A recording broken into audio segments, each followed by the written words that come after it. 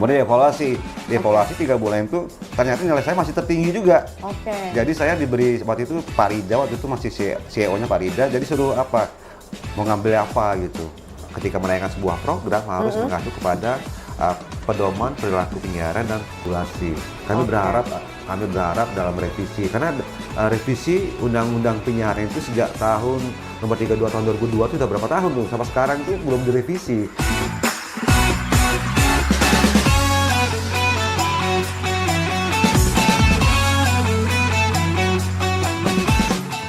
Assalamualaikum warahmatullahi wabarakatuh. Selamat pagi pemirsa di rumah. Kembali lagi di podcast Bukan Mimpi dan masih bersama Keila. Dan hari ini seperti biasa di setiap episodenya podcast Bukan Mimpi bakal menghadirkan sosok-sosok ataupun tokoh-tokoh yang sangat luar biasa. Setelah kemarin kita ketemu dengan salah satu bupati wanita di Kabupaten Siak, sekarang saatnya Keila keliling lagi. Agak berjalan ke tengah kota, kali ini ke posisinya kantornya. Kita akan ngobrol-ngobrol seru ya. Kita bakal ngebahas, mengulik-mengulik mungkin sisi lain dari beliau yang akan kita korek selama mungkin 2-3 segmen untuk hari ini. Nah, jadi buat yang penasaran, sekarang kita sedang berada di kantor Komisi Penyiaran Indonesia Daerah Provinsi Riau, dan tentunya sudah bersama Keila ada Bapak Bambang Suwarno. Selamat pagi. Pagi, Keila, apa kabar? Luar biasa, alhamdulillah baik. Bapak gimana kabarnya? Alhamdulillah sehat. Alhamdulillah. Ini for your information pemirsa di rumah, kita adalah sama-sama mantan penyiar radio. Kayaknya kita akan seperti seorang orang yang siaran hari ini ya Pak ya, santai. Gimana Pak Bambang? Kita manggil Pak Bambang boleh ya? Boleh. Pak Bambang gimana untuk biasa orang manggil saya apa? Om Abeng gitu. Beng biasa orang manggil. Nama panggungnya Beng. Kalian juga punya nama asli, tapi nggak boleh disebutin. Kalau nama aslinya ketahuan nanti bahaya. Jadi harus pakai nama panggung. Kita manggilnya Om Bembeng boleh? Atau Pak Bambang boleh? Pak Bambang aja deh, Pak Bambang boleh ya.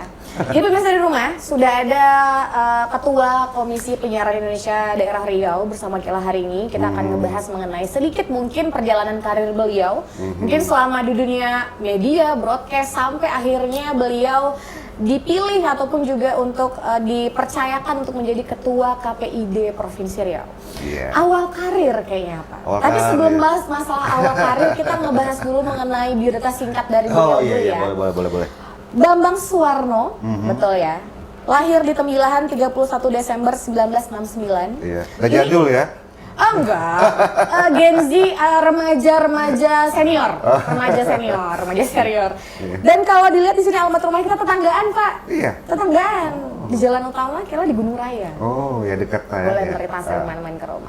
Dan beliau nih untuk pengalaman pekerjaannya juga justru seperti yang kita sampaikan di awal bahwa memulai karir itu sebagai seorang penyiar radio, betul? Boleh ceritain nggak sedikit Pak? Pengalaman penyiar radio tahun berapa? Radio apa? Dan kenapa kok akhirnya memilih kayak saya harus jadi penyiar radio deh? Iya. Awalnya dulu saya suka dengar radio dulu ya. Dulu masih booming radio. Oh, dulu radio tuh artis-artis semua tuh penyiar radionya. Saya suka dengar radio, suka dengar lagu seperti itu kan. Saya masih sekolah lah SMA gitu kan, SMA terus suka dengar radio gitu. Baik itu yang dulu masih AM dulu kan, habis itu udah FM cuma ada dulu ya waktu jam era saya itu. Belum banyak lah ya. Belum banyak lagi, paling Aditya kayak itu. Kemudian saya sering dengar radio karena kalau FM itu kan audionya jernih, bening gitu kan. Itu biasanya kalau nyari jaringannya atau salurannya agak effort tuh ya Pak ya. Manual, biasa dulu kan masih nyari manual gitu ya. Kalau sekarang kan digital, tinggal pencet aja gitu ya. Iya betul. Ada medianya radio, sekarang susah cari media radio itu kan. Kolektor kayaknya Pak yang punya tuh. Iya. Susah dicari karena sudah tidak diproduksi lagi. Jadi suka dengar lagu kayaknya dengar penyiar tuh asik juga gitu. Kemudian saya mencoba ngelamar di radio Aditya. Aditya waktu itu masih 107,2 FM dulu. Masih di Gobah di Jalan Sukamaju. Iya. Belum yang kantor sekarang berarti. Belum di Ponegoro, belum di Po 53. Itu tahun berapa ya? Jangan disebut tahunnya ya. Kayaknya kita juga masih dalam pencanangan pembuatan kayaknya ya.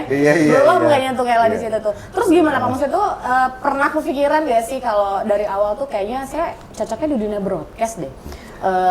Berkarir gitu. Iya, saya lebih menikmati, enjoy gitu. Karena dengar musik, dengar orang ngomong, misalnya enjoy saya gitu.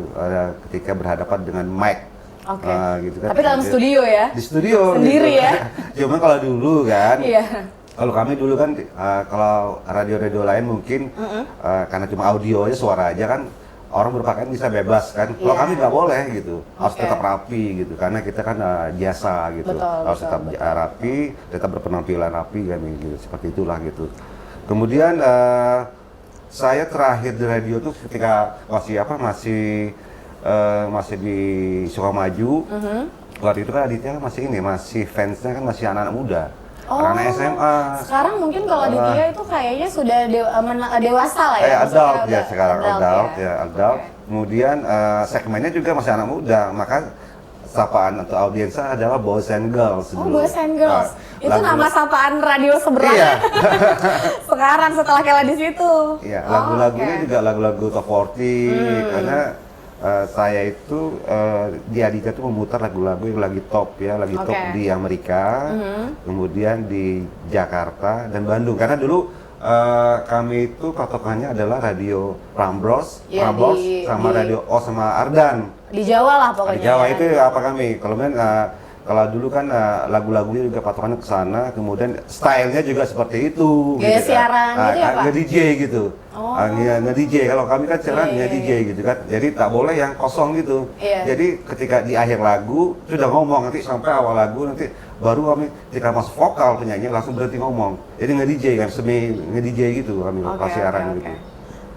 Kemudian lagu-lagunya juga lagu-lagu yang seperti lagu top 40 seperti itu kan.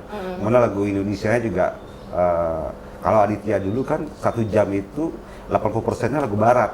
Karena memang sekarang seperti itu. Nah, misalnya 1 jam itu ada 1 jam itu ada 10 lagu. 8 lagu itu lagu barat. Lagu-lagu apa saja, lagu-lagu yang hit. Karena apanya hit music station kayak gitu kan. Jadi lagu hit, baik hit yang sekarang, hit yang 2 bulan lalu, hit 3 bulan lalu, 6 bulan lalu, sampai yang hit yang apa? Setahun yang lalu, itu yang ditayangkan. Nah cuman kita penasaran Pak, awal mulanya apakah Bapak ujuk-ujuk datang ke Aditya bawa lamaran kah? Karena masih SMA ya, dengar-dengar tadi kan? Bukan SMA. Baru tamat SMA ya?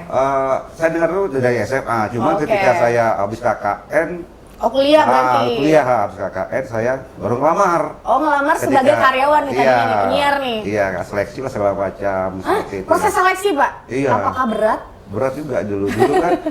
Karena Aditya tuh justru terkenalnya mereka sangat punya standar yang lumayan tinggi ya? Iya, standar tinggi karena apa? Penyebutan penyanyi, judul lagu itu sangat, apalagi kan lagu barat kan harus pasti gitu. Bener gitu harus benar gitu, kayak dulu kan ada Boys to Men kan. Kita kan nggak tahu tuh Boys to Men itu kan tulisannya Boys, ada angka Maluya, Men gitu kan. Kita harus bisa menyebutnya yang kedua Romawi itu apa? Tuh kalau sulit nggak sih Pak ternyata untuk masuk ke dunia radio itu susah nggak kira-kira?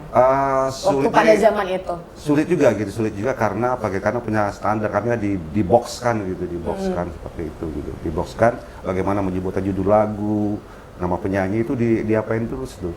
Terus kalau enaknya jadi penyiar radio itu apa sih Pak? Enaknya itu tadi banyak fans. Tapi meskipun sebenarnya mereka nggak ngeliat wujudnya ya, kan kita cuma denger ya. Dulu kan pendengar Aditya itu kan anak-anak SMA Cendana, Santa Maria. Pada zaman itu. Iya, SMA 1. Memang yang apalah seperti itulah, karena segmennya emang segitu ya. Iya, remaja-remaja zaman sekarang tuh anak-anak kerennya lah ya. Iya, gitu. Gen Z-nya lah kalau zaman sekarang. Dan fansnya itu dulu tuh, seingat kalau waktu masih berkarir di dunia radio juga itu mereka effort juga loh. Misalnya kayak ngirim-ngirim makanan, tuh Bapak pernah ngalamin juga nggak sih? Pernah ngalamin kan? Iya. Saya pernah juga dikirimin seperti itulah. Mereka akan dulu kan ada kalau dulu kan pakai kartu gitu kan. Iya, kartu request atau ucapan gitu ya. Iya, namanya antena, arena teman-teman Aditya. Antena. Itu laku sampai segini tuh penyiar baca itu. Iya, sampai segini. Itu banyak kan anak SMA semua gitu. Mereka request lagu terus titip-titip salam gitu kan. Benar. Jadi mereka titip salam, jadi mereka saling saingan tuh, anak SMA ini saingan sama SMA ini. Ya, makanya kenceng gitu dulu. Betul. Dulu pendapatan dari itu semua kan. Dulu ibaratnya penyiar radio itu kayak tergolong artis gitu ya Pak, bener kan ya? Iya. Karena misalnya nih ada orang yang senang sama suara kan, mereka kan cuma ngeliat kan secara bukan visualnya kan nggak ngeliat. Iya. Terus mereka tuh yang memang datang. Kadang-kadang mereka kaget juga, ternyata kecil orangnya, kurus orangnya ya. Dari suaranya tuh nggak kelihatan ya. Bayangan itu kan suaranya ngebas kayak gitu, seperti itu suaranya gede nih. Iya. Apa ternyata kebayangannya seperti itu kan. Kemudian kita penyiar harus pintar ngomong kan. Dan dulu kan kalau kan diambil satu pena gitu. Nah, coba kamu ceritakan pena nih. Kita bercerita panjang lebar melalui pena itu, cuman itulah kita diajarin bagaimana kita explore lah ya, kita kemudian bagaimana kita bisa tidak putus-putus lah ketika kita depan mic itu berbicara. Betul. Tapi kalau ngomongin soal suka, kita udah tahu nih, karena Kela juga ngalamin Pak hal-hal seperti itu. Kela tuh di radio kan 2010. Tapi kalau dukanya, pernah ngerasa apa sih Pak kalau di dunia penyiaran radio? Itu dukanya apa sih? Diomelin senior masuk nggak? Diomelin masuk ya. Kalau salah penyebutan lagu. Itu masuk ya? Iya, masuk ya? Iya, diomelin sama senior, salah tuh lagunya gini ya. Dan dulu tuh kayaknya cukup keras ya Pak, dunia radio itu ya? Memang mereka tuh marahnya kayak orang beneran marah gitu kan? Iya, betul sekali. Kadang-kadang kalau kan kita kan kena hukum juga gitu kan. Betul. Nggak boleh ngomong gitu. Oh, ada hukumannya? Iya, jadi putar lagu aja gitu. Oh, jadi kita nggak boleh ngomong gitu? Oh, jadinya gitu? Iya. Oh, disclose lah ya, tapi tetap mixing lagu? Iya, seperti itu dulu gitu. Iya. Kemudian pindah ke di Ponorogo, tahun berapa saya lupa tuh, pindah Ponorogo. Yang sekarang ya berarti? Yang sekarang.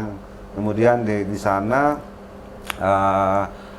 lebih orang jadi ngeri ke sana gitu waktu itu gitu. Kenapa gitu Pak? Karena gedungnya itu gede lah ya. Gitu kan. Tapi tetap ada datang. Kemudian ada perubahan segmen lah gitu kan. Format gitu. Kemudian lagu-lagunya juga berubah gitu kan. Kemudian sapaan juga berubah. Bisa ditiar seperti itu. Jadi artinya ingin merangkul pendengar yang dewasa ya. Eksekutif muda lah tepatnya, eksekutif muda seperti itu. Nah, kalau berkaitan dengan sekarang kan Bapak menjadi ketua komisi. Jadi begini, ketika saya udah di Aditya, saya waktu itu lagi proses rekrutmen penyiar gitu. Penyiar, waktu itu kami dapat pelatihan jurnalistik radio BBC London. Waktu itu kan RSNI kan dulu ngadain itu kan, bekerja sama dengan BBC London. Jadi kami dapat pelatihan jurnalistik radio. Muncul minat saya untuk menjadi seorang wartawan gara-gara ikut pelatihan jurnalistik radio itu. Jadi awalnya dari penyiar radio muncul keinginan jadi wartawan. Wartawan seperti itu. Gara-gara ikut pelatihan jurnalistik radio BBC London. Kenapa? Apa yang bikin tertarik Pak? Karena kan itu lebih tantangannya lebih dahsyat lagi. Kita kan bisa mengukur kemampuan kita. Saya punya potensi.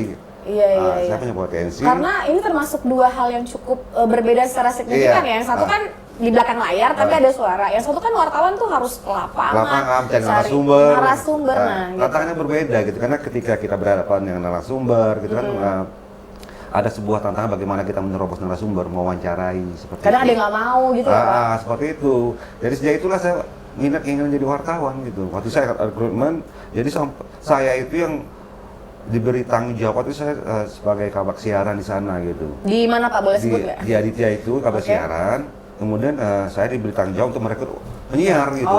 Satu sisi saya ingin mencoba dunia yang baru lagi sebagai seorang jurnalis seperti itu. Itu tantangannya luar biasa itu kayak. Di jurnalis di mana Pak kalau boleh tahu awal karir sebagai jurnalis itu di mana? Dan waktu itu saya untuk meminta resign itu saya harus konsultasi ke psikolog gitu. Lah, kenapa ya? Stres itu kah meninggalkan dunia radio? Oh iya. Stres itu konsultasi gimana ya? Saya dikasih masukan sama psikolog waktu itu. Kebetulan ada acara program psikolog kami dulu kan. Kayaknya sekarang tergantung Bambang ada dia gitu. Memilih apa gitu. Itulah titik-titik bagaimana saya beratnya meninggalkan radio saat itu. Sampai harus konsultasi saya ke psikolog. Padahal sebenarnya itu masih di dunia yang sama ya, sebenarnya secara garis besarnya sama. Cuman kan mungkin yang satu lebih kepada media, yang satu kan radio nih medianya, yang satu lagi kan mungkin lebih ke ya itu kayak nyari narasumber, update berita, tetap dengan orang yang mungkin tantangannya nggak seperti tantangan dalam studio. Kalau studio udah kita berhadapannya sama diri sendiri gitu ya Pak? Kalau di luar kita berhadapan dengan orang, langsung berhadapan dengan orang, langsung berinteraksi dengan orang itu lain pula kenikmatannya, kasiknya gitu.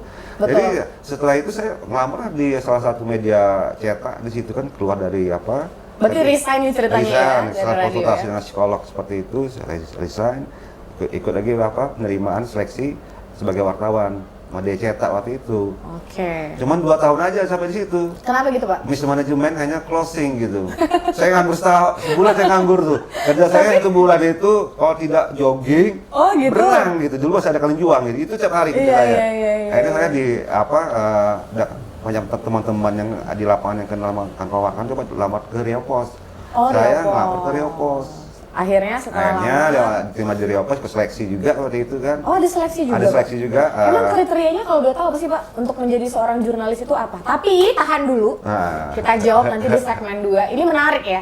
Dari dunia radio berat meninggalkan sampai butuh bantuan profesional help untuk menentukan dan meninggalkan dunia radio dan akhirnya terjun ke dunia jurnalis dan masuk ke salah satu media cetak mungkin nomor 1 waktu itu ya Pak ya, sampai sekarang masih nomor 1 di Provinsi Riau khususnya. Buat yang penasaran seperti apa sih perjalanan beliau di dunia jurnalis, kita akan masuk ke segmen 2, jangan kemana-mana, tetap di podcast Bukan Mimpi.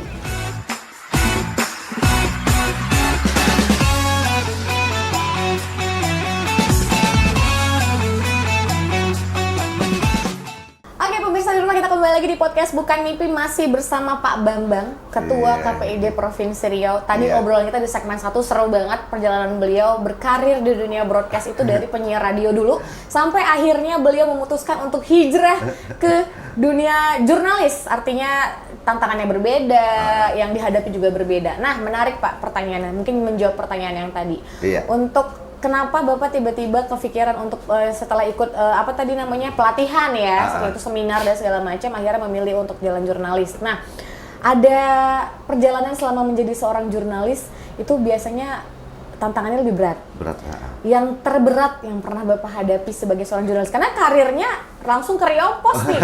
Itu media nomor 1 di Provinsi Riau. Kayaknya tuh ya udahlah, orang bisa masuk ke Riau Pos itu dulu prestisnya wah keren. Jadi gimana Pak? Jadi kayak ketika saya tahun 2001 ya itu ya. 2001 ya masuk Riau Pos ya Pak ya? Iya 2001 saya ikut seleksi. Itu diseleksi apa sih Pak kalau boleh tahu? Ya pengetahuan umum biasanya kan, kalau kita kan jadi kita harus itu kan tetap harus wartawan itu tetap harus mempunyai pengetahuan yang luas, wawasan yang luas seperti itu. Jadi nggak cuma sekedar modal pertanyaan aja gitu ya Pak ya? Kemudian cara menulis berita juga. Oke. Jadi itu dites tuh? Dites juga, ada tesnya? ada juga tesnya. Ada saingan Bapak waktu itu yang ikut? Oh banyak? Banyak sekali. Oh banyak? Saat itu kan saya diterima. Dari berapa orang tuh Pak, ingat nggak Pak kira-kira? Akhirnya kepilih berapa? Dari ratusan lah. Oh iya? Lah, iya. Itu melamar sebagai ini apa? Sebagai reporter. Reporter di Riau Pos, reporter. Kebetulan saya karena nilai saya bagus, jadi saya nilai saya bagus nomor 1 saya. Oh peringkat 1 dari ratusan itu? Iya dari nomor 1, jadi CR waktu itu kodenya CR01, saya ingat CR01. Jadi kami suruh magang lagi ke lapangan nih. Oh magang nih, ada sistem magangnya nih? Ada magang juga, kalau juga gitu dari Riau Pos magang buat berita sama 3 bulan itu. Kemudian dievaluasi 3 bulan itu ternyata nilai saya masih tertinggi juga.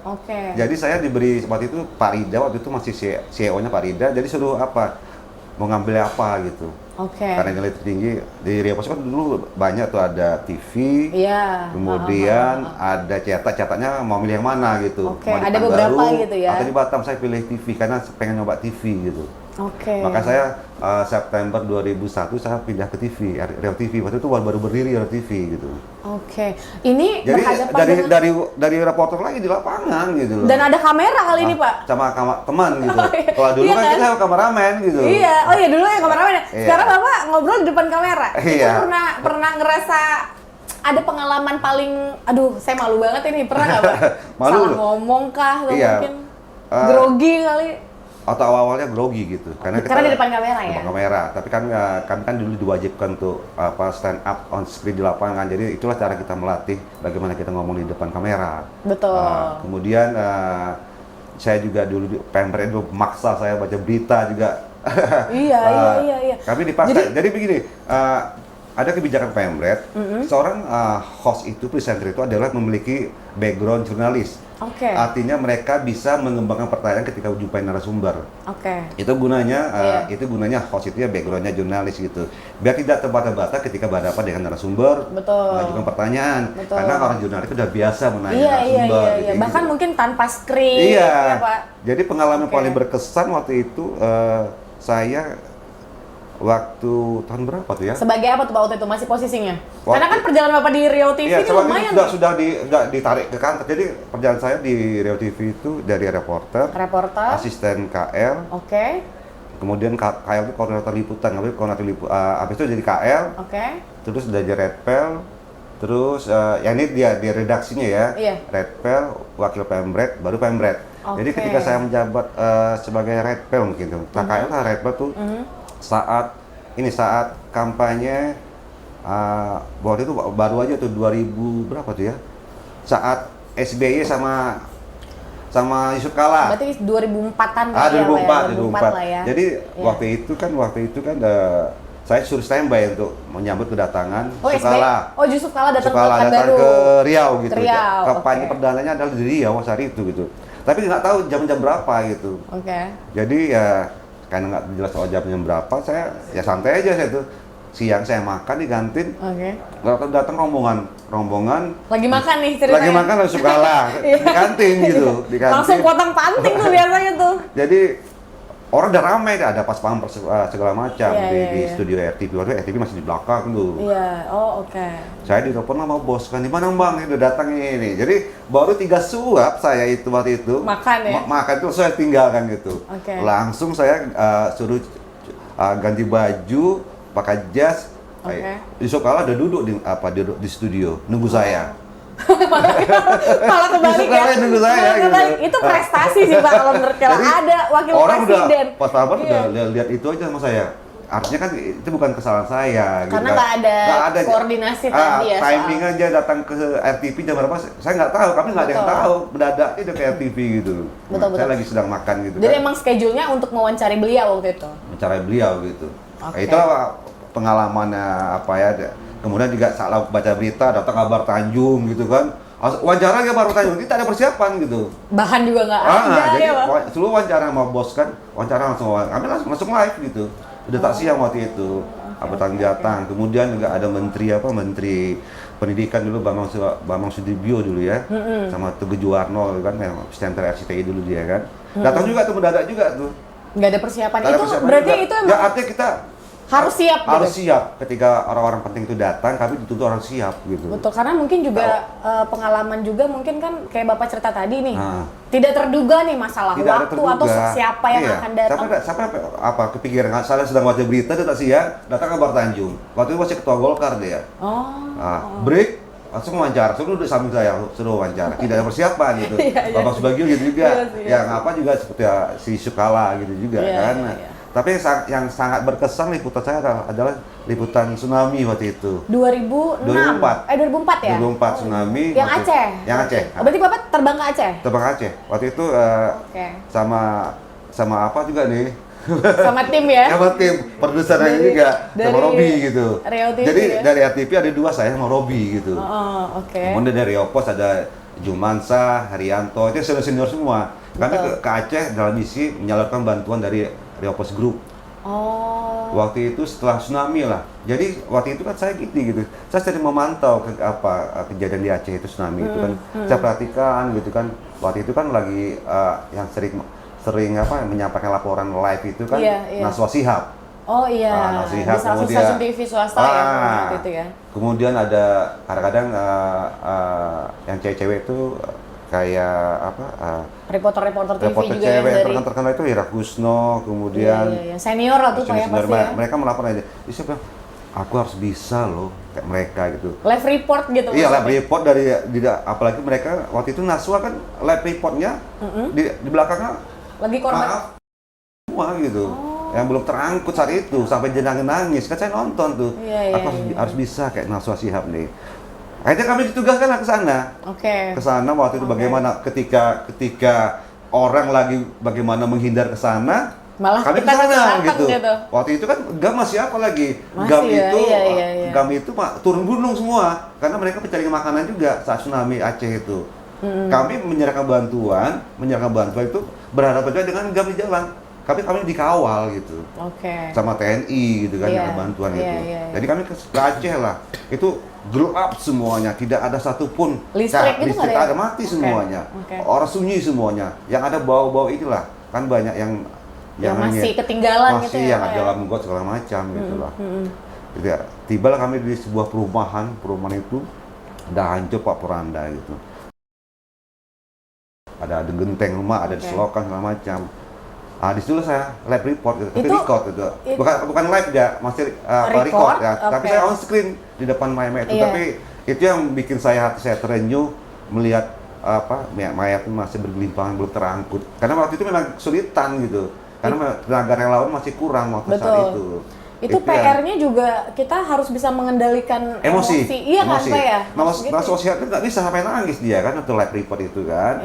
Itu yang bagaimana seorang senior presenter senior lah ibaratnya. Reporter, presenter bisa menahan emosi. Memang mungkin saat itu mungkin Aswabi tak bisa ini, memang saya bisa pahami juga. Karena memang seperti itu gitu kan. Saya pun harus menahan ketika on screen di depan mayat-mayat bergelimpangan tuh menahan emosi gitu kan. Itu kalau Kela Bapak disuruh ke situ Kela nggak bisa sih. Memang pulang mohon izin. Yang berani turun itu saya, reporter. Itu nggak berani kalau reporter, kemudian fotografer sama kameramen. Lah, yang lainnya nunggu di mobil. Oh, nggak berani turun dari mobil. Berarti nggak sanggup melihat Iya. mayat itu gitu. Iya. Semenyedihkan itu ya, Pak. Begitulah apa kondisi saat itu di Aceh. Karena itu juga waktu itu kan Bapak bilang yang paling berkesan nih. Karena memang kalau si reporter ini juga harus dituntut profesional juga. Iya. Mau betul. Itu misalkan di bencana atau mungkin di konflik. Misalnya Bapak pernah nggak disuruh terjun ke daerah konflik? Kalau konflik belum, kalau kita paling-paling kan demonstrasi yang orang rusuh-rusuh itu. Gitu ya. Nah, itu juga takut juga tuh ya, Pak. Itu kalau liputan-liputan itu, kami biasanya kalau misalnya mahasiswa demo, kami kan harus turun ke lapangan, harus on screen juga kami di FTV itu kan. Itu takut juga, Pak. Takut juga, artinya kita seorang wartawan, seorang jurnalis harus pandai menyelamatkan diri kita gitu. Iya, betul, kita tidak boleh sosok jagoan berada petang-petenteng gitu, tapi kita memikirkan juga keselamatan kita juga. Kan sudah ada aturan mainnya, SOP-nya seperti itu. Jangan kita ketika orang rusuh lempar-lempar segala macam, kita di depan mereka gitu. Kalau biasanya itu di belakang aparat gitu, biasa seperti itu. Nah. Cuman kan ketakutannya tetap kalau misalkan ada nyasar misalnya, peluru nyasar atau mungkin konsekuensi kita sebagai seorang jurnalis menghadapi. Itu Bapak pernah kepikiran nggak kalau ini akan terjadi? Akan ada kesempatan terjadi gitu, pernah kepikiran? Bisa jadi kalau kita tak pandai-pandai ini gitu. Yang jelas kami yang reporter udah pakai itu tuh pasta gigi itu supaya mata kita tak ini kan. Oh karena ini ya asap. Iya. Kan biasa kan ya gas air mata. Gas air mata ya. Itu kan dibiasakan untuk membubarkan massa kan biasa polisi melemparkan gas air mata. Nah, jadi kami reporter wartawan pakai itu. Pakai pasta gigi. Iya, pasta gigi itu ini. Itu maksudnya biar oh iya. Seperti itu gitu. Ternyata cukup membahayakan juga profesi jurnalis ini ya Pak. Karena mungkin kalau Kela pikir, Kela kan selama ini juga di dunia broadcast sudah cukup lama dari 2010. Mungkin duluan Bapak udah pasti nih. Kayaknya kalau reporter cuma tinggal saya melaporkan dari ini. Tidak, kami kan dituntut kalau ada peristiwa harus on screen di lapangan, harus stand up di lapangan. Nah itu yang harus ada. Dan profesional ya Pak. Kita harus menyampaikan kepada masyarakat bahwa kita berada di lokasi saat kejadian. Dan itu harus profesional, itu yang susah itu iya. Waktu penertiban pasar Kodim juga yang rusuh ya? Rusuh juga tuh on screen juga gitu. Walaupun di belakang nih inang-inang orang-orang menenang itu pedagang-pedagang ya. Iya. Mereka akan mereka protes terhadap penertiban mereka kan, mengamuk-ngamuk. Tapi kita tetap ini harus tetap stabil gitu di depan kamera menyampaikan informasi gitu. Betul, ya itu makanya maksudnya tersusahnya adalah mungkin part untuk profesional tadi karena kita tahu nih kan profesi jurnalis bisa dibilang cukup membahayakan kalau dari cerita Bapak dong. Ya, kita bisa aja diserang sama kelompok tidak dikenal misalnya. Kita nggak tahu. Gitu. Karena dulu saya sebelum penerimaan itu saya wawancara-wawancaranya gitu. Tak semua pedagang suka diliput gitu. Iya, betul. Itu izin dulu ya Pak berarti ya Pak? Kita cari ininya, ketuanya dulu, biasa gitu. Narsumnya nih kita lakukan pendekatan dulu, ketua pedagang siapa. Artinya kita melakukan liputan juga biar kita aman. Betul. Sama pedagang itu. Jangan sampai kita asal masuk aja gitu kan, nanti mereka tak terima kok dia ambil gambarnya gitu. Memang suasana pasar Kodim saat itu kan sangat penuh dengan pedagang gitu loh. Kita nggak mungkin ngambil gambar, mereka protes gitu. Makanya kita cari ketuanya siapa, kita lakukan pendekatan, bahwa kita masuk kita gini ya. Sampaikanlah maksud tujuan kita. Hanya mereka yang mengawal gitu, supaya kita tidak diapa-apain pedagang sampai pengambil gambar. Karena nggak semua orang yang suka yang suka gitu. menghindari ini juga Pak, apalagi kalau live ya, misalnya narasumber menyebutkan hal-hal. Belum live ya, masih recording ya. Masih record. Yang penting stand up dulu, screen dulu di lapangan di TKP. Berarti masih bisa diedit. Yang takutnya itu Pak, kalau yang zaman sekarang kalau kita lihat tuh ada beberapa yang mungkin live itu si narsu menyebutkan hal-hal yang tidak sepantasnya disebutkan. Waduh, itu langsung produsernya kayak cut gitu kali ya. Biasa ada dikondisikan tuh. Iya ya. Biasa sudah itu dikondisikan oleh produsernya. Tantangan yang mungkin orang nggak ngelihat Pak. Jadi mungkin Bapak bisa ngasih, itu tadi maksudnya bisa ngasih gambaran bahwa oh ternyata profesi jurnalis, reporter atau mungkin apapun itu yang berhubungan dengan lapangan itu ada kemungkinan hal-hal mungkin atau ada, makanya kita harus pandai gitu menyikapi situasi. Karena nanti ketika kita mau turun, kita survei dulu, kita lihat dulu situasi lapangan seperti apa. Kondusif gitu. tidak. Kondusif gitu. tidak. Kemudian kalau misalnya tidak kondusif, kita cari siapa yang dituakan di sana. Yang megang lah gitu. Kita pegang dulu mereka gitu. Iya. Baru kita aman liputan di lapangan. Kalau kita nggak tahu kita tatap siapa nanti yang kita ambil gambar, kalau kameramen kita kasihan. Gitu. Iya betul. Itu tugas seorang reporter mengamankan itu. Betul. Tugas kameramen hanya mengambil gambar, tapi bagaimana mengkondisikan situasi di lapangan itu tugas reporter. Gitu. Betul. Berarti kalau itu termasuk sesi dukanya nggak Pak? Duka Ya menjadi itu seorang duka. reporter. Kadang-kadang juga orang ada juga mau diwawancarai kan. Gitu. Ditolak tuh sakit banget. Iya. Nanti kita akan dengar dukanya dari Pak Bambang sebagai seorang reporter apa, dan kita akan lanjut lagi untuk nanti ngebahas di segmen 3. Beliau sekarang sudah terpilih menjadi Ketua KPID Provinsi Riau, perjalanan karir selama menjadi ketua, tantangan-tantangannya apa, permasalahan sudah dihadapi selama mungkin kurang lebih dari Januari ya Pak ya? Dari Januari kemarin, jadi sudah berjalan kurang lebih ada 5 bulan. Itu kira-kira ada apa aja, jadi jangan kemana-mana, tetap di podcast Bukan Mimpi.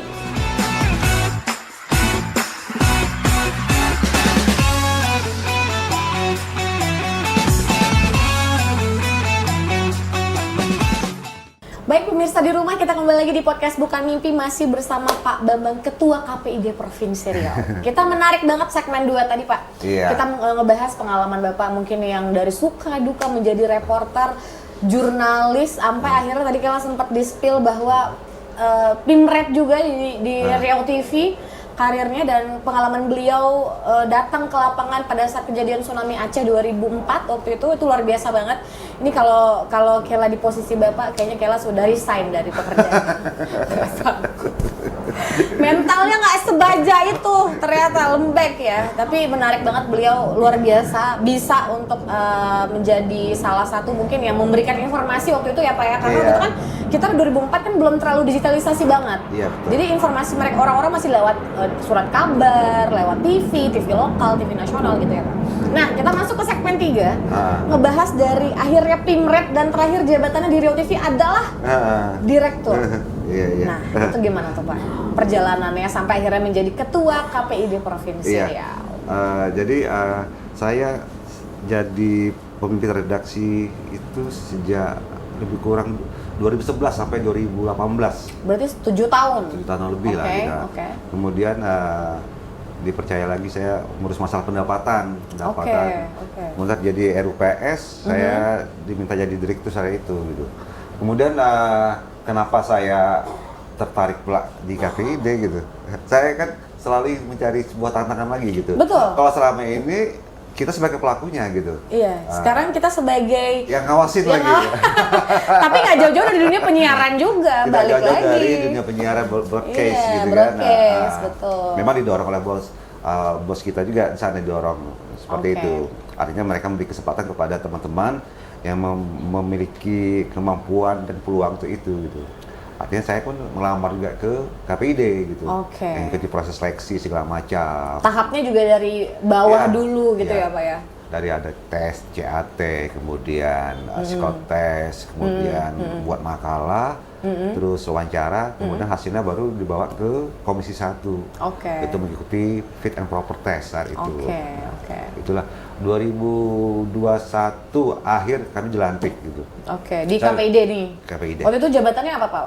Masih belum ada jabatan lagi karena pelantikan itu semua setara semuanya, komisioner aja gitu. Komisioner lah ya pada saat itu ya. Setelah itu pelantikan barulah nanti kami berembuk siapa jadi yang diminta jadi ketua 2022 itu gitu. Saya kan dipercaya sama teman-teman Januari 2025 gitu. Akhirnya sebelum saya sudah ada ketuanya. Artinya yang sudah 2 periode di sinilah mereka yang menjabat sebagai ketua saat itu. Akhirnya Bapak dipilih tanggal 6 ya, Januari ya 2025. 2025. Berarti itu sudah melewati fase pilkada. Nah, kalau kita ngomongin beliau sebagai ketua KPID Provinsi Riau sudah melewati fase pilkada, pemilu ya 2025. Ini ada pengalaman menarik nggak sih Pak selama menjadi ketua KPID? Kita hitungnya masih 4 bulan sampai 5 bulan. Iya, benar. Ini kalau kita lihat salah satu PR terberat juga dari KPID daerah ya, dan untuk Provinsi Riau khususnya itu pasti kita sebagai seorang kayak korektor atau yang memantau nih, regulator ya. Regulator itu ada apa ya? Memang ini tantangan. Kalau dulu saya sebagai pelakunya, sekarang saya sebagai yang regulatornya untuk mengawasi dunia penyiaran baik TV maupun radio seperti itu. Betul. KPID ini, karena KPID ini kan sebagai perwakilan masyarakat di bidang penyiaran. Artinya kami ini lembaga negara independen gitu. Negara independen yang bertugas untuk mengawasi apa saja yang diawasi. Kalau dulu enak, kalau dulu masalah perizinan masih KPID. Tapi setelah adanya Undang-Undang Cipta Kerja disahkan, itu kewenangan KPID itu sudah diambil alih oleh pemerintah pusat seperti itu gitu. Jadi masalah perizinan, kalau dulu kan hak siar gitu-gitu Pak? Bukan, ketika orang mendirikan TV, radio, mereka harus mendapat rekomendasi dari KPID. Artinya kita melakukan evaluasi dengar pendapat lah. Rekomendasi inilah sebagai dasar bagi Kementerian Kominfo untuk mengeluarkan izin penyelenggaraan penyiaran seperti itu. Kalau sekarang tidak lagi kan, mereka bisa langsung melalui sistem OSS gitu seperti itu. Online submit session apa OSS gitu ya. Sudah ada sistemnya lah ya Pak. Sistemnya mereka sudah mendaftar secara digital gitu. Online seperti itu.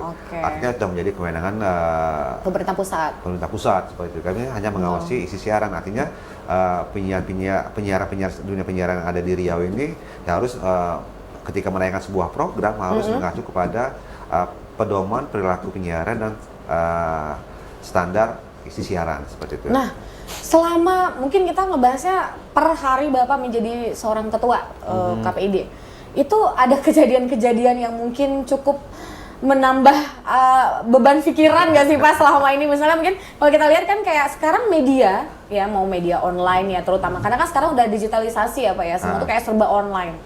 Yang pertama mungkin pertanyaan kita adalah menurut Bapak gimana sih Bapak ngelihat sekarang perkembangan media dari cetak, dari dari konvensional, sekarang udah serba online nih, sudah banyak banget website berita. Itu menurut Bapak gimana? Jadi begini sejak era disrupsi teknologi dan informasi ini terjadi perubahan landscape penyiaran gitu. Kalau dulu orang kan mencari informasi, mencari hiburan, ilmu pengetahuan segala macam melalui media konvensional. Iya. Radio, TV. Dengar berita tuh dari dari radio, TV. Sekarang udah ada perubahan habit dari masyarakat kita. Apalagi generasi Z ini kan, mereka memanfaatkan multi platform, media baru gitu. Apa itu media barunya? Yaitu bisa melalui TikTok, Instagram, YouTube, jadi informasi itu Google gitu ya, segala macam gitu. Jadi sekarang udah ada AI lagi Pak. Mereka hanya mengandalkan sebuah handphone, gadget gitu kan, mereka udah informasi. Nah inilah sebuah tantangan bagi dunia penyiaran. Akibatnya apa gitu? Akibatnya terjadi penurunan penonton gitu, gara-gara ini gitu. Baik TV ataupun radio. Radio yang paling merasakan. Signifikan ya. Sangat merasakan kondisi ini gitu. Orang beranggapan radio sudah mati, tapi radio tetap ada, tetap eksis. Tapi pendengarnya mungkin sudah mulai berkurang, tidak seperti dulu. Dulu kan orang-orang ramai masang iklan. Radio sekarang ibaratnya mempromosikan brandnya. Iya, sekarang melalui media sosial sekarang mereka. Itu punya Instagram aja udah bisa iklannya Pak. Jadi ketika saya berkunjung ke radio, gimana kondisi sekarang ya udah susah gitu, tidak seperti dulu lagi lah. Jadi mereka itu iklan-iklan macam mana? Udah ada penayangan iklan dari biro-biro iklan. Pokoknya kondisi tidak seperti dulu lagi, dan mereka itu hanya kalau dulu kan iklan itu mereka masang spot iklan di radio gitu. Saya ingat dulu di Aditya itu sampai waiting list iklan itu dipasang. Sampai ngantri iklan iklan itu dipasangkan. Nah sekarang enggak gitu. Mereka tuh berubah kayak IO jadinya gitu. Artinya mereka ada produsen, misalnya salah satu produsen sebutnya Unilever misalnya gitu kan. Mereka memasarkan produk itu gitu. misalnya bikin produknya dipasarkan, bagaimana jualan mereka tuh laku. Udah gitu. nggak lewat radio lagi Nggak untuk radio lagi, tapi promosinya langsung gitu ya, Pak. Ke masyarakat langsung. Nah, bonusnya adalah penayangannya iklannya di radio. Jadi kebalik sekarang. Jadi bukan yang utamanya bukan iklan Iya, di radio dulu ya, tapi Pak. bagaimana produk mereka laku ya. Jadi Betul. sudah berubah mindset para ini biro-biro iklan tuh, produsen itu. Bagaimana ya namanya produsen itu ingin produknya laku kan? Iya, Bagaimana iya, mereka iya. tuh produk mereka tuh laku gitu, baik apa saja gitu, baik itu yang makanan, minuman segala macam, jualan mereka ini. Betul. Barusan nanti penayangan iklan di radio. Itu kondisi sekarang gitu. Betul. Nah, karena ini ada perubahan perilaku daripada masyarakat yang saat ini ya. Karena mereka tidak lagi mendengarkan radio secara konvensional. Betul. Mereka bisa mendengarkan radio di mana saja, melalui HP, di Betul, mana live saja. streaming. Live Nah, streaming. ini terkait TV dengan juga TV. Iya, TV juga bisa live streaming juga ya, Pak? Iya, Ada live streaming tantangan juga. lagi bagi teman-teman TV gitu lah. Itu sudah itu yang kan sehingga terjadi saat ini banyak yang yang dirumahkan ada istilahnya. Betul. Bahkan ada yang kolaps. Iya, seperti itu. ya, Pak. Itulah kondisi tantangan gitu. Sekarang bagaimana negara sudah harus hadir. Negara harus hadir bagaimana menyikapi kondisi dunia penyiaran saat ini baik TV maupun radio gitu. Betul. Artinya bagaimana ini orang bersiaran ya istilahnya bersiaran ya di media baru misalnya di YouTube, di Iya, Instagram, TikTok gitu. segala macam. Oh. Tapi kan mereka hanya personal aja, bukan sebuah lembaga gitu. Betul. Sementara TV sama radio mereka sudah sebuah istilahnya itu sebuah perusahaan yang Betul. memiliki badan hukum, membayar pajak, membayar IPP.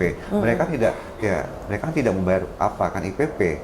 Betul. Nah mereka bukan sebagai lembaga penyiaran. Nah inilah harus didudukkan. Nah kita berharap nanti dalam rancangan undang draft revisi undang-undang penyiaran itu dimasukkan bagaimana juga diatur gitu. Karena banyak juga masyarakat ibu-ibu yang mengadu ke kami gitu. Oh, ini iya. media sosial siapa yang ngawasin gitu. Iya, Nggak ada yang ngawasin gitu. karena loh. gini Pak, kondisinya tuh sekarang terlalu banyak informasi yang Iya. masuk, ditambah itu bisa diakses sama siapapun, Iya. baik dari anak-anak sampai orang dewasa, mungkin bahkan yang anak-anak terutama yang mungkin harusnya informasi itu belum bisa masuk ke mereka, Betul. akhirnya mereka bisa akses. Akses. Ini kan membahayakan banget Baik, juga. Kalau jangan sampai kebablasan, jangan sampai mempengaruhi jiwa,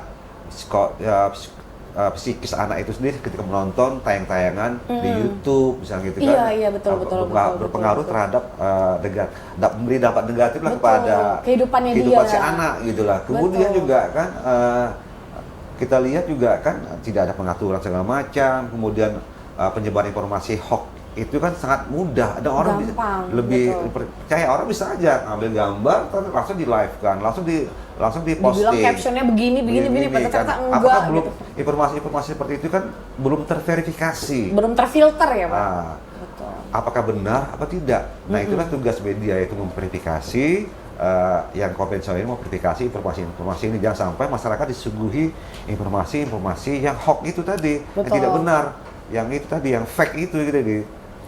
Nah, itulah tugas kita gitu. Dan kami juga memastikan juga itu. Betul. Bagaimana lembaga penyiaran juga memberikan informasi yang sebenarnya gitu, untuk menangkal informasi hoax itu tadi.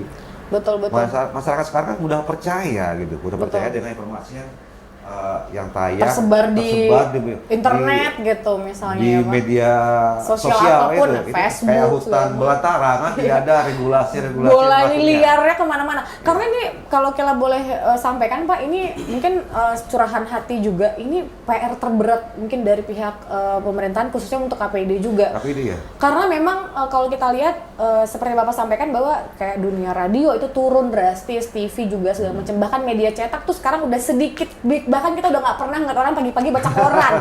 Orang pasti pagi-pagi handphone berita Iya. terupdate gitu, pakai situs online yang mungkin bisa kita akses dengan gampang. Artinya kan tidak ada filter tadi ya Pak ya untuk Iya. yang masuk ke orang. Mungkin kita sebagai tantangan dari KPID justru digitalisasi ini hal yang sangat berat.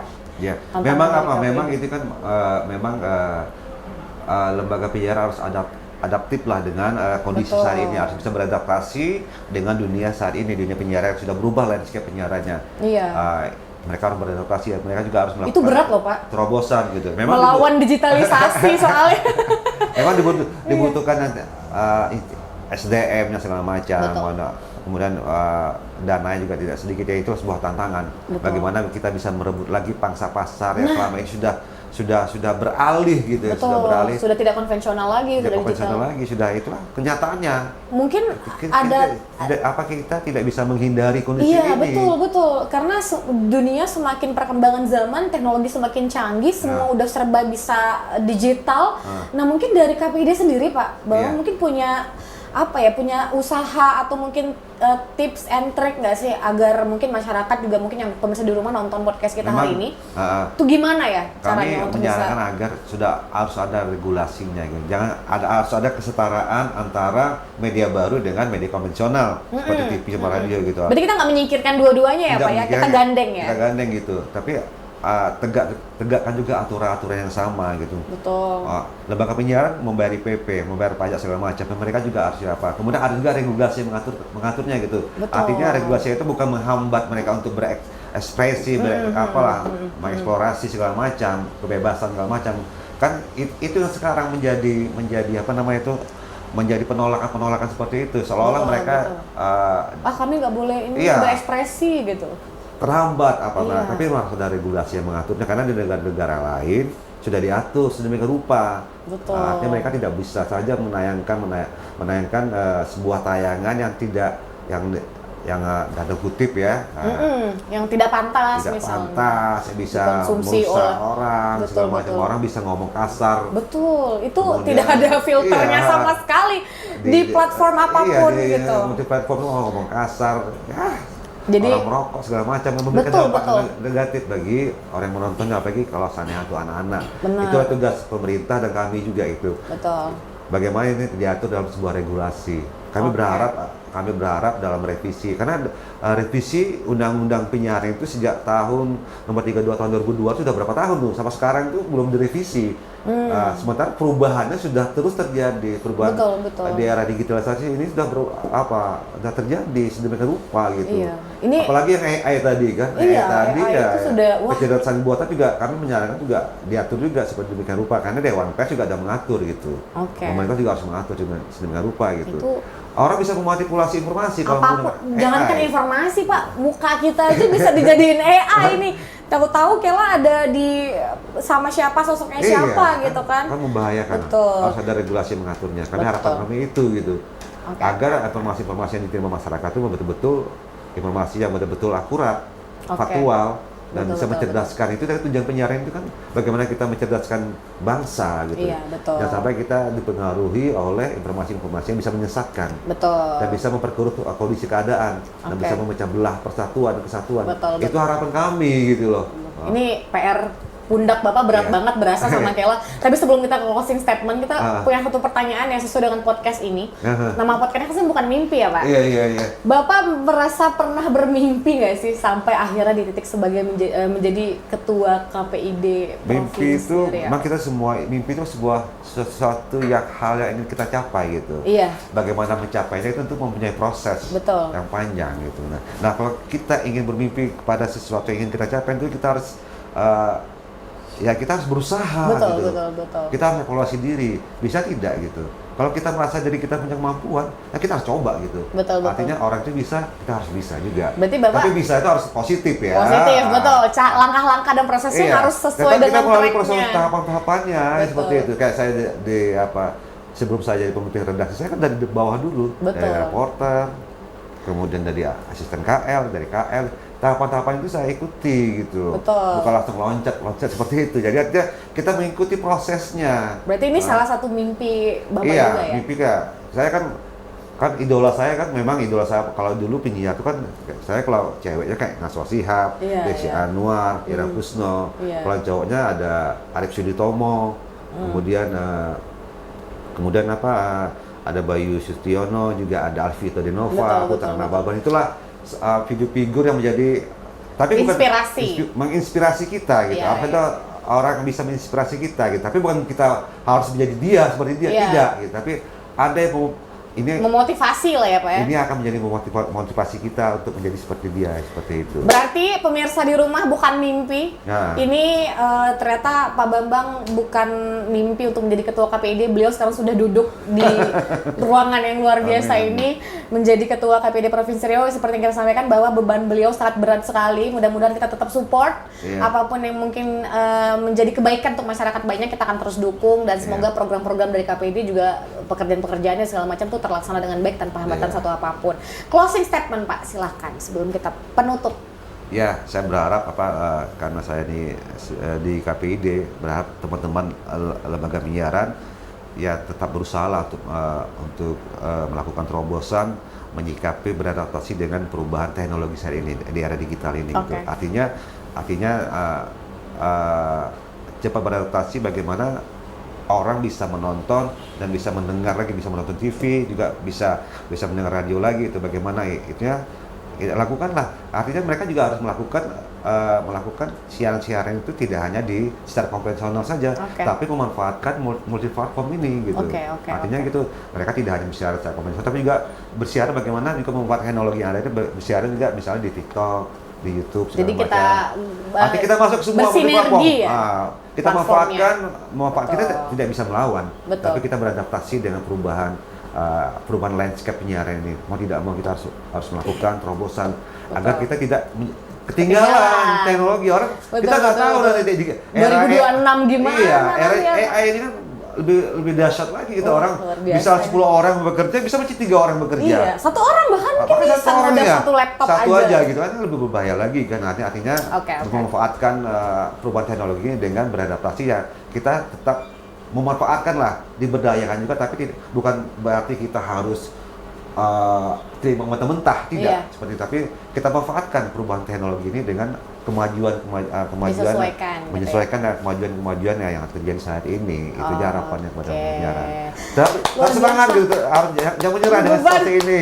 Jadi melawan digitalisasi ini hal yang berat, tapi benar kata Bapak, kita tidak bisa melawan, kita bisa jadi kawan ya. Jadi multi platform tadi dimanfaatkan dengan baik. Mudah-mudahan itu bisa menjadi awal dari kebangkitan lagi. Radio, TV, media cetak segala macam. Jadi tidak ketinggalan zaman dan tidak tetap ada dengan jalurnya. Apalagi satu lagi di era Gen Z, bagaimana merebut hati Gen Z ini? Waduh, sayangnya Kela Gen Z kok Pak? Ya Gen Z kan? Enggak. Kalau Gen Z kan iya, itu liputan-liputan yang pendek-pendek, yang apa segala macam, seperti itu. Ini ini luar biasa, ini berat banget PR dari Pak Bambang dan tim dari KPID Provinsi Riau. Kita doakan mudah-mudahan semuanya lancar. Amin, pekerjaannya dimudahkan dan apa yang menjadi impian dan juga harapan kita untuk tetap menjaga informasi yang mungkin liar sekali di luar yang beredar ini. Belantara. Liar banget, mudah-mudahan bisa menjadi perhatian juga untuk seluruh masyarakat, khususnya mungkin buat para orang tua ya, karena anak-anak kita kan agak belum bisa memfilter mana berita yang baik, tidak baik. Mereka tuh pada ikut mentah-mentah. Terima kasih Pak Bambang, terima kasih banyak. Semoga nanti kita bisa ngobrol-ngobrol lagi, ketemu lagi. Mungkin ini seru banget, kita bisa mengulik dari sisi lain. Ternyata KPID ini perhatiannya memang sangat-sangat besar sekali untuk media yang ada di Pekanbaru, khususnya di Provinsi Riau. Media penyiaran. Makanya dengan tantangan yang digitalisasi yang tidak bisa kita lawan tadi, mudah-mudahan beliau sehat-sehat terus. Amin. Semangat terus untuk bisa. Ella juga sehat juga. Amin. Maksudnya ini Bapak berat banget ini, ngelawan zaman soalnya. Tapi mudah-mudahan insya Allah semuanya lancar dan aman dan bisa sesuai dengan apa yang kita harapkan. Amin. Terima kasih pemirsa di rumah. Sampai ketemu lagi di podcast Bukan Mimpi di episode selanjutnya. Kira-kira next episode kita akan ngobrol sama siapa? Kita akan lihat. Ini seru-seru banget. Pokoknya udah siap-siap nanti nih. Tetap jangan pantengin terus podcast Bukan Mimpi. Kita akan hadir lagi nanti untuk memberikan informasi yang mungkin tidak bisa kalian dapatkan di media manapun. Luar biasa. Terima kasih. Sampai ketemu. Wassalamualaikum warahmatullahi wabarakatuh.